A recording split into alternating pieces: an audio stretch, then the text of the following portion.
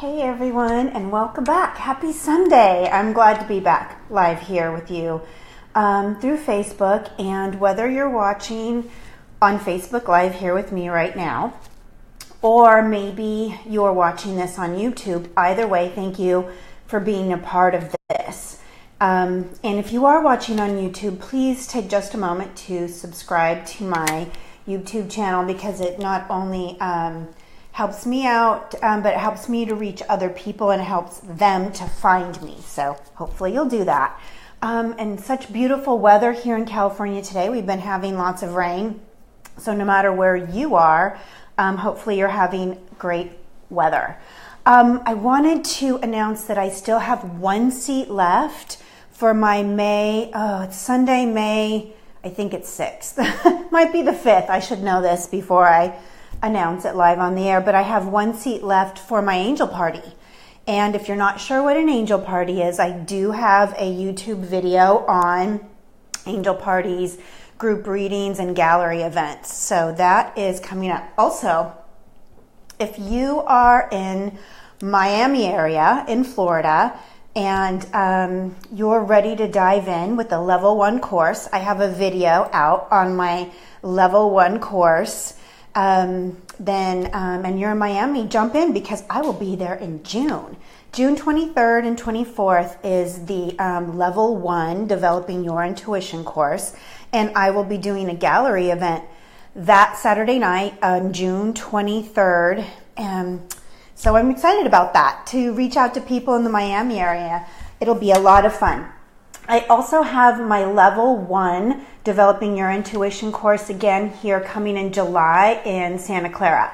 And so if you haven't had the opportunity to take that yet, then I'm hoping that you'll jump in. And if any of my students are out there right now live with me, say a word about it, your experience, help people to take that leap of faith towards developing their own skills. And so thank you everyone for coming in, and good morning. I'm getting lots of people here on Facebook Live saying good morning. So hi. Yeah, I did. I cut a lot of my hair off. I'm loving it. What do you guys think? I'm learning how to play with it and what to do with it, but that was part of my purging process this year, is letting some things go, and some of that was just freshening up my style. This is my 50th year here on planet Earth, and I am embracing new sides of myself and loving that side. So our topic today is on psychic kids. And you might remember back when you were a kid having some intuition or some experiences. And you might also have children in your life. You might be a mom, a dad, an aunt or an uncle. You might have grandchildren that have gifts or skills in the area that you just want to support them. I didn't grow up in a family that really embraced the idea of having intuitive abilities or even a connection to the spirit world, although we had very strange things that happened around us at my home all the time. So I very much was an intuitive, and if you will, a psychic kid, but I didn't have the support necessary to help me embrace it, to let go of some concerns or fears, to understand what was happening to me, all of that kind of stuff. And so I wanted to share what you can do. And also I get emails regularly from parents that are concerned about their kids. Their kids are afraid, or their kids are scared, or they just don't know what to do for their child that's saying that they're talking to people that aren't there, or that are feeling things. So there's more than one type of kid who has psychic abilities. So there are kids that are very intuitive. There are kids that feel emotion and energy, empathic kids. And then there are kids who connect to spirit. And some kids do all three of those. So I wanted to divide it up a little bit in categories, and to help you understand the different kinds of kids that can also have these abilities. I'm going to start off with kids who feel energy. And let me just back up a little bit here and say that all kids are born with intuitive abilities, and all kids are born still connected to the spirit world. Their souls are fresh from being in heaven, and are new to the earth plane, and so that they often have, they're still holding on to their connection to the other side. And it's only over time that we let that go or we lose it. And really, any or all of us can bring that back, that intuition back, and live an intuitive life while you're living whatever life you need to live. And so about the age, I would say, of, excuse me, around between 7 and 10, depending on the child. And for some kids, even a little earlier. So there is no rule of thumb or a set rule on when kids begin to let go of their intuitive psychic abilities and begin to infuse themselves a little bit more on the earth plane with the material world. So it's right around 7 to 10 years old, but I've seen it in kids as young as 5-year-old. And being a school teacher and someone that worked with children in an early elementary education, I'm very familiar with seeing the different energy types of kids. I taught kindergarten, and I did everything from teaching 8th grade English and middle school. So I've seen kids in age ranges run the gamut of within their skills or their abilities just from my life experiences and being a school teacher. But I'm also a mom, and my son is now 24 years old, so I've gone through all of those ages into adulthood with my own son, and raising him to see like the process for him even of going through the ups and downs with his intuitive abilities. So when we think about kids, they're all born with it, and we can cultivate a life of trusting your instincts, trusting your gut feelings. We can instill a belief system in our families around that. So if you've got little ones, you're at a good place. If you are a teacher of any kind, and you work with kids of any age up through high school even, you're still in a place of helping them all own their intuition and trusting their gut and their guidance. And I think that's a very important skill to have as a human being. We all have those moments where we have like, this is going to happen, or you feel that ominous sense, or you feel that sense of peace come over you because a loved one's near.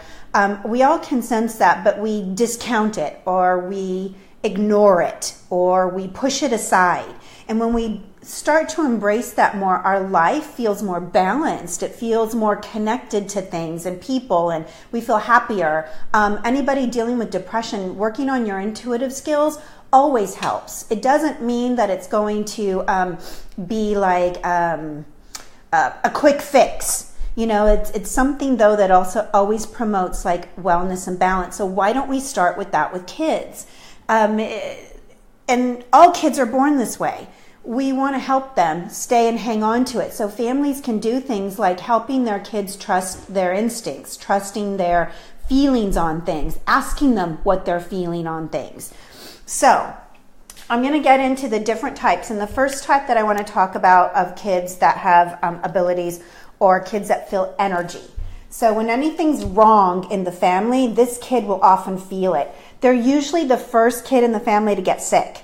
Like if there's a flu going around, or a cold going around, or something in their school, or just out in the world, like they're more prone to getting sick faster and easier. They just feel all of the energy that's around them, and they seek to heal. And it's an unconscious thing that they do. So they're often kids that get sick first or the fastest. Doesn't mean that they stay sick for very long, but it can be. When I was a kid, I had I had allergies, I had my tonsils taken out, I had all kinds of illnesses that would come up when I was a kid, and no one in the family knew that it was connected to my gifts or my abilities and my sense of being a very strong empath and having healing abilities even. But as a child, you don't know how to work with that. Wasn't familiar with clearing, grounding, or even protecting my energy, and none of that was talked about in the family that I grew up in. So teaching your kids, especially if you notice that they tend to have more chronic illnesses. Very sensitive kids will sometimes even be born with intolerances to things like dairy or gluten. They'll have more sensitivity to foods or the environment. Like I had a lot of allergies growing up, and even was on allergy injections and shots when I was in middle school and high school. and even into my adult years, dealt with allergy issues. But now that I've got a handle on all my gifts, I'm almost never sick. And when I am, I quickly recover because I've learned how to handle things. So if you've got a child that's sick a lot, most likely they have a lot of spiritual gifts. And also a child that feels a lot of energy will often be very moody or sullen or wanting to play by themselves. And that's very much true also for kids that have strong intuitive abilities or connect to spirit. They'll also want to be alone at times, or they'll be very content in playing alone. Doesn't mean that they don't have friends, doesn't mean that they're not liked by others. They just get also entertained with the spirit world in some way, or even with their own gifts. I get a lot of this, that parents who see their kids are their babies, their infants, or even grandparents that come and say that they can see their child or grandbaby looking around, and that they'll look off to one corner of the room and they'll laugh, or they'll look like they're playing with someone at times. And that's often because they are, especially as infants, they're still very connected into the spirit world. And it's nothing to be frightened or afraid of. So the empathic child, for them, the best thing to do is to get them talking and get them to understand that they have some control over the energy that's all around them. Get them to learn how to clear and ground and protect their energy without it being fear-based, without it being something to be scared of that's happening to them. If they are picking up on emotions or feelings, like say they're asking you, Mommy, is something wrong? Or Daddy, is something wrong? Don't discount their saying, no, everything's fine, I'm okay. Because if something's not okay, or you're like, gosh, I'm concerned about this or something like this, I know it's going to be, you don't want to worry your children, but you also want to validate that they're picking up on something. But we think as parents, or with the children that are in our lives, even if we're an aunt or uncle, that we might be upsetting them or bringing them into our adult problems. Well, you don't need to go and run through the whole scenario of what's going on, but validate them. Validate that they've picked up on something and that their feelings are justified. Because children will learn to turn off or to not trust what they're feeling with things. Also, if a child that's very empathic may not want to hug a grandma or an aunt or an uncle or someone in their life or a friend in the family, or they might not feel like hugging that person in the moment, because we'll often say, go give your grandma a kiss goodbye, or say, and they might not be feeling that they want to do that. They might have some kind of a feeling. They don't know why. And allow your children to make that choice, or the children in your life to make that choice on whether or not they want to make a connection to, or kiss someone or hug someone or reach up and be in their energy when they might not be feeling it, because they might be picking up on something really wrong, or they might just feel that person's going through something and the energy doesn't feel comfortable to them. It doesn't mean that they don't love their grandma if they've decided not to kiss her goodbye that day. It doesn't mean that they don't love the person or care about them. They're just feeling something. And the best thing you can do in those kinds of situations with empathic kids is to ask them, hey, you get in the car and you're driving home from grandma's house or from an event, and the kids, your child didn't want to do something, hug goodbye or something. Ask them why. Ask them what's going on. What were they feeling? And just honor it, whatever it was, without the pressure of them, and because they start to not learn or they start to distrust their own feelings. An intuitive child, someone that picks up on information and they don't really understand why they know something. They might know what's wrapped up in their birthday gifts. They might know that mommy or daddy's losing their job, or that their parents are getting divorced. They might not only feel these things coming on, but they might be getting a clair impression.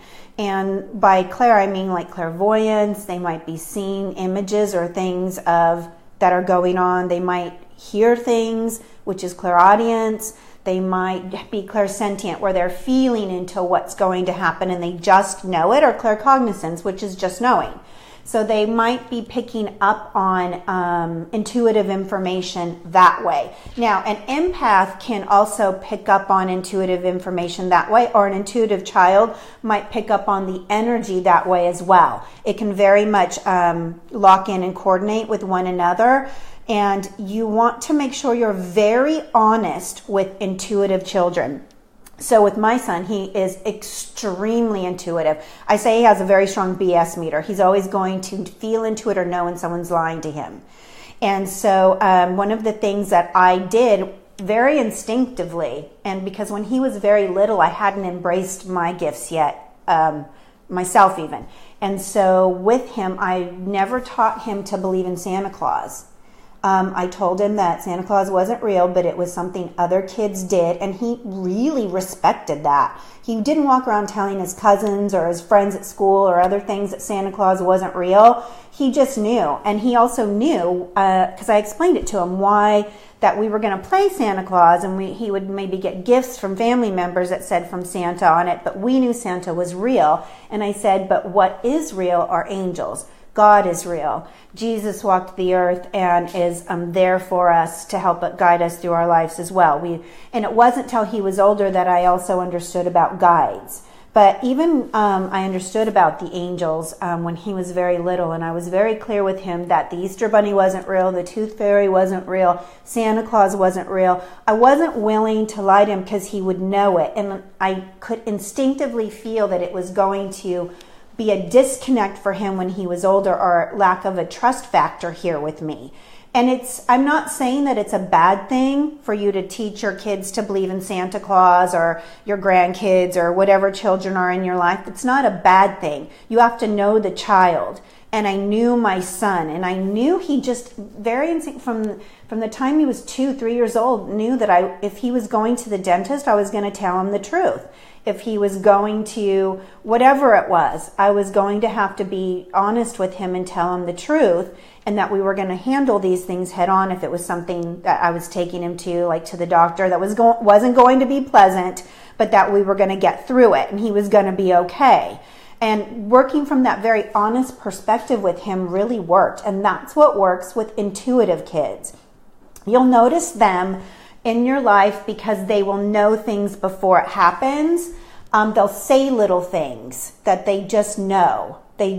Or they just feel, or they just think, or they'll say, I think this is going to happen, or we should go this direction, or take this street instead. Or they'll know something's going on or off even with their friendships when they're 5, 6, 7 years old, that a friend's mad at them or something's going on, or they just know things. They'll know problems or situations that are going on in the family from an intuitive level. So it's very important, I can't stress this enough, to be very honest, appropriately honest, but very honest with kids who have intuitive abilities.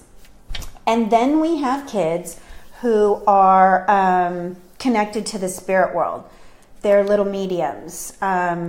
They see grandma and grandpa and they never met them and they can describe them. Or they say that there's a man standing here in the room, Mommy, I don't know who he is. Or they'll say that they're getting visitors at night. It's not necessarily that they're experiencing monsters or things like that, but psychic kids that have the connection to the spirit world, little mediums, might be connecting to guides. They might be connecting to ancestors. They might be connecting to angels, or they might be connecting to ghosts. And the most important thing to remember with kids who are mediums is for you to help empower them and not to be afraid. When people are allowed to come into our space, meaning maybe their bedroom or it's somewhere in the house, that can feel very invasive, even if it's a loved one. And for little kids, they don't always necessarily know the difference between if it's a guide coming in or if it's a loved one, an ancestor for them, an angel. They don't always know or feel the difference. They just know that something had happened to them or that they're experiencing something. And you seek to empower them. And you can use tools or things to help do this. And so I guide kids a lot of times with helping them, empower them who have medium abilities. And one of the things you do is give them a tool or an object. It can be a nightlight they plug in. It can be a candle somewhere in the home. You can teach little kids, even as young as 3 years old, how to sage.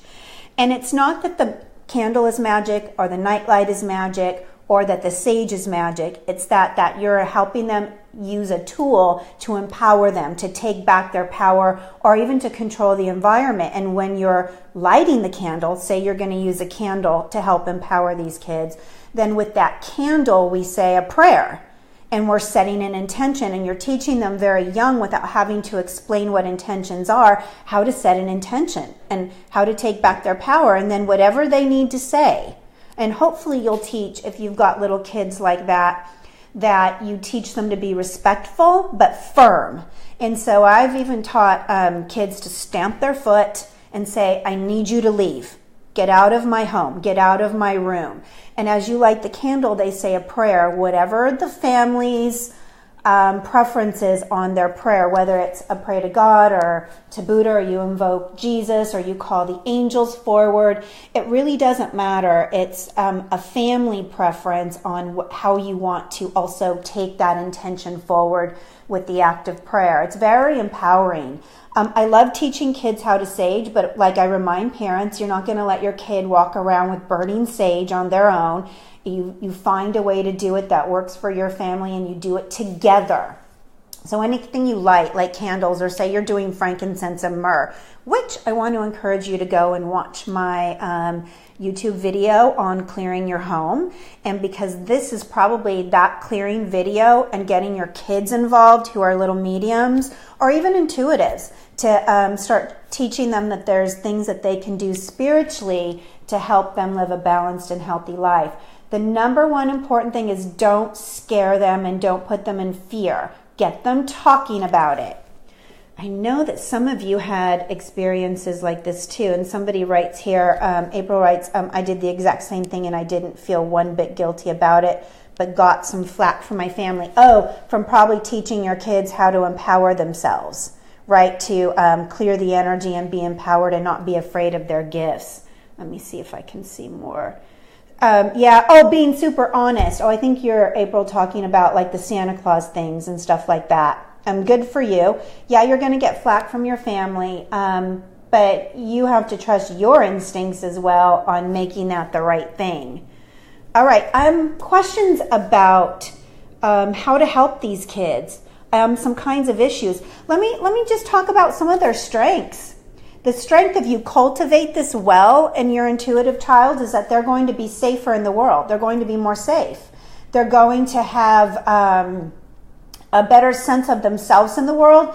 They're going to get that feeling that something's off or something's wrong. So they're not going to get in the car. They're not going to go on that date. They're not going to walk into that place, because they're going to have trust their instincts. It's going to keep them safe. And if you watch some of the different news things on some of these kids who've gone through the high school shootings or things like that, they've even talked about, some of them, that they trusted their intuition. They just knew to go this direction or that direction to be safe. And so teaching your kids to use their intuition will keep them safe. That's a strength of having this.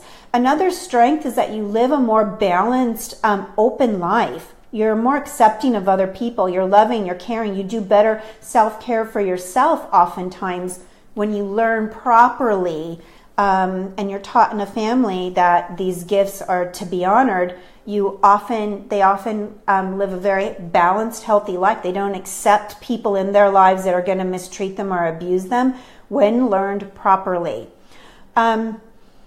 Should we treat all kids as intuitive? Absolutely, 100%.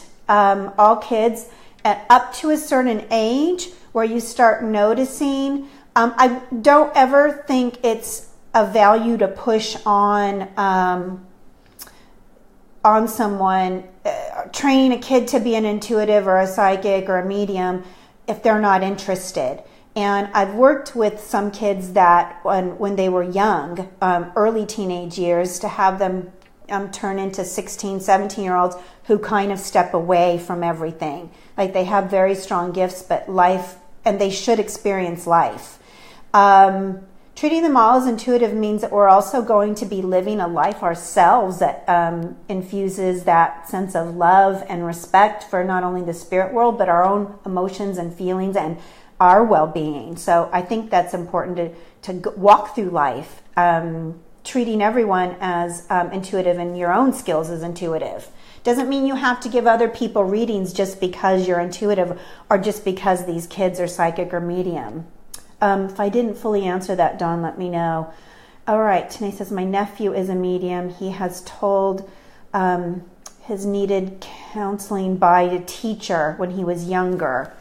Oh, yeah, because people don't understand things. Now he's an adult and won't really talk about it. Yeah, because that's fearful, right? If someone tells you that you're crazy or that the things you're thinking, feeling, or sensing, or saying, or seeing, or whatever it is, might make you crazy, that you may need to see a therapist or get help for it, that's upsetting. And so, yeah, you're going to want to turn it off. You're going to want to not. I remember stopping talking about stuff that was bothering me, or because I was an empath. I was very intuitive in the sense of picking up on energy. That was a strong suit of mine when I was very little. And I learned to stop talking about things. I couldn't trust people, or they were going to turn on me or think that I was crazy or treat me that way. And so it is really sad. But, the thing about it is with our intuitive gifts, when we want to reach back for them, they can open back up. And it's always a better life when we work with our intuition. That's why I really feel my level 1 class is for every human being. It's for everyone out there. It teaches us to go back into that childlike nature of ourselves and to trust it. It doesn't mean that if you take the level 1 class, you need to be wanting to become a psychic or a medium or an intuitive or an empath. It just means you're going to work with what you have to help make your life better. Okay, Renee, I was this kid. Yeah, you can see it in yourself, huh, Renee? The only one who listened was my grandma, and you are so blessed to have a grandma who listened or cared, didn't make fun of you, or didn't try to talk you out of it. Like I had family members trying to talk me out of what I was sensing or feeling, and everyone else was telling you that you were crazy, and it's disheartening. But see, the strength that you can walk through life with now, Renee, is like learning to own your intuition now wherever it's at, and then helping any or all children that are in your life own where they're at, because you've been through it. You know what it feels like. It's scary to be a kid and to have these feelings or sensations, and you're sometimes called a sensitive kid, or you're emotional, or you're the crier in the family, or you're the one that's always sick, and really it can be quite a strength. But the issue would be that oversensitivity, especially if you're not getting the help that you need with it, or people want to send you to a therapist. And the truth is, some therapists are great with this kind of thing. They're ready to help kids. So I'm not bashing a therapist. I'm bashing kind of the reason behind why some family members or people with kids in their lives would want to send them there. Oh yeah, and April writes that the level 1 was such a great class and she can't wait for level 2. Well, I am just thrilled beyond everything that you would even want to be involved in that. Do you guys have any other questions about psychic kids or how you can even help them? Cindy writes, my daughter Audrey used to say that she would see some type of lights in her room and that it would scare her. It can be scary, right? Like it's abnormal. Like it's not a normal thing, and other people don't talk about it very much. And it's perfect, Cindy, that your mom would tell her that it was the angels, because probably it was. It was the angels, it was guides, and it was loved ones, her spirit team stepping around to protect her, and that she was able to sense it. And I think that's perfect what your mom did. What a beautiful connection that your mom gave to her. Your mom's a beautiful soul. As she grows, she doesn't talk about it anymore. Is this something that we should continue talking about? I do think you should talk about it, but I don't think you should make people talk about it if they're grown now that don't want to. It's like we don't want to force feed it down at anyone's throat, but you might want to embrace it and talk about it, or some experiences you're having, or maybe you're going to take a class and you're going to start to open up to things again, because it typically does strengths of this, everyone has intuitive abilities, but strengths tend to run in families in a certain way. And so I would encourage you to talk about it, but not to force someone else to. And Dawn writes, yeah, actually the level 1, at least for me, feels like not only did I learn tools, but also confirmed that psychic abilities and spirit have always been there. Right. And everybody can gain or glean that experience. You don't have to feel like you're specially gifted. There'll be people who tell me, like, I don't have any gifts though. And it's, first of all, that's not true with anyone, but you don't have to have any to expand where you're at. I always help people expand wherever they're at. And Cindy writes, I should take a class. Well, I'm going to say, yes, you should. And I have one available in Santa Clara, where I live, July 23rd and 24th. I think it's 23rd and 24th. It'll be on my website in Santa Clara in July, and I'm in Miami, Florida in June. 2 separate classes. They're the same class, but in separate locations. But if you're in a certain area, Cindy, and you want me to come out and it's easier, you've got a group of at least 10 people, I'll come to you. We'll set something up or work something out where I come and teach the class in your area. So that's also an option. Seats are going for the July class here in Santa Clara, and so it'll probably be sold out in a month or so. So jump on in if you want to do something like that. You go straight to my website to get hooked up to that. And Dawn writes, yes, she can't wait for level 2. Level 2 will be coming, remind me, you guys, September. And I may teach it again in November. I may need to teach it twice depending on the enrollment. All righty. And sign up, guys. Take that 2-day class. It's very eye-opening, and I teach people how to go home with tools so that they can keep working on their intuitive stuff, which is awesome. Okay. Anything else about psychic kids or how you can help kids that are in your life? Maybe your children or your nieces or nephews, or you're a teacher. Like, let me know. Yay, Cindy, that would be great. It's the day after your birthday, the level 1. That's awesome. Take it, and it would be a great little gift for your birthday yourself. Now, it's so important, I think. I'm going to close with this, unless I have more questions, that all children are born with intuitive abilities. They're born fresh from heaven, obviously. They're straight here from heaven, and if we can start them young, trusting their senses, they only have a better life to live. And helping children trust their intuitive and their empathic, teaching them how to embrace the spirit world even, doesn't have to go against what religions teach. If you have a religious belief in your family, maybe you're Catholic or Baptist or whatever, it doesn't have to go against the teachings of your faith.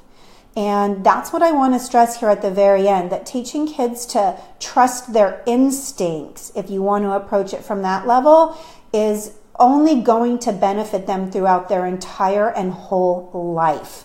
It will help them to be safe in the world. It will help them to make good choices and judgments. They're less likely to turn to drugs or alcohol when they understand their empathic natures.